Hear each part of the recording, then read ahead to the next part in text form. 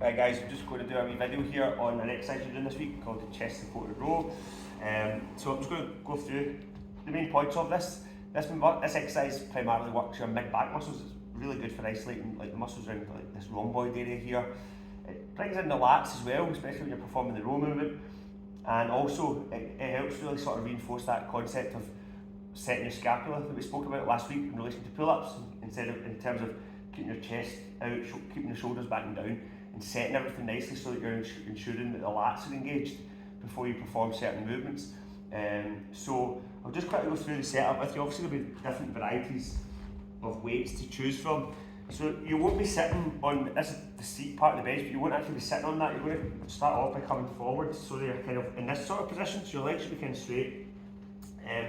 Obviously it will vary person to person depending on their height. The smaller you are, you might find your legs are a wee bit higher up and you need to come up higher up. But basically, essentially you want your head over the top of the bench. Your hands, there's a wee bar here on each bench which is for changing the incline of the seat. That's actually a good guide because when you're going to perform the rows, you want the dumbbells and the kettlebells to be slightly behind that. And if they're coming down on top of it, it means you're rowing up too high.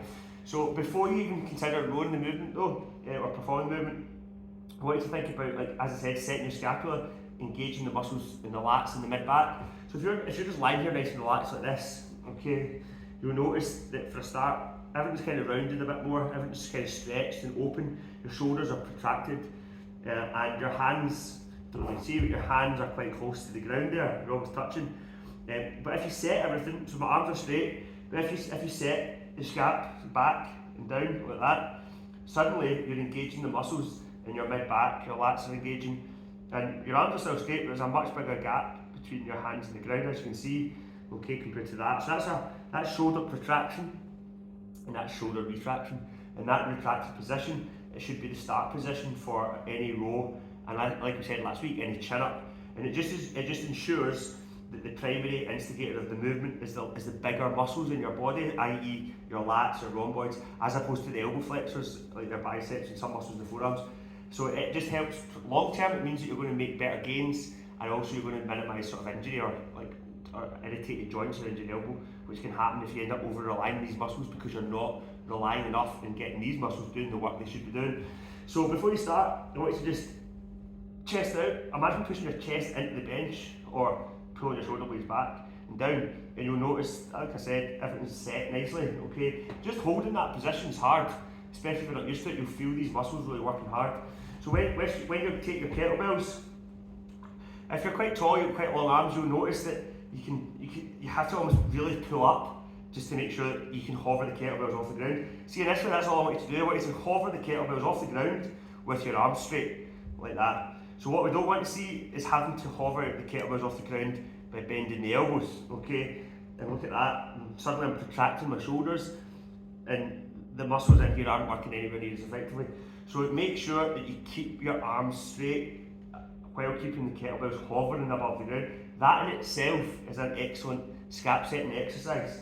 Okay, so for example, if you've got a wee injury or you're having a bit of scapular instability, just hovering with a light kettlebell is a great way to sort of like train the muscle isometrically, and then you can build from there.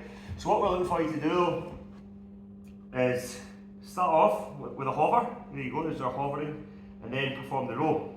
Okay, and then slowly bring it back to the start. And just stop, again, just stop just before the kettlebells actually touch the ground, and then perform another row. Have a pause. I want you to maybe pause for a couple of seconds. Really feel the muscles across the mid-back, the lats, etc. all working really hard, okay? So beyond that, I don't want you to overthink it. It's an excellent exercise, okay? You'll feel a huge amount of work getting done across this area, so it's great for like anyone who's got a desk job that they maybe sit a lot. It helps strengthen those muscles as well.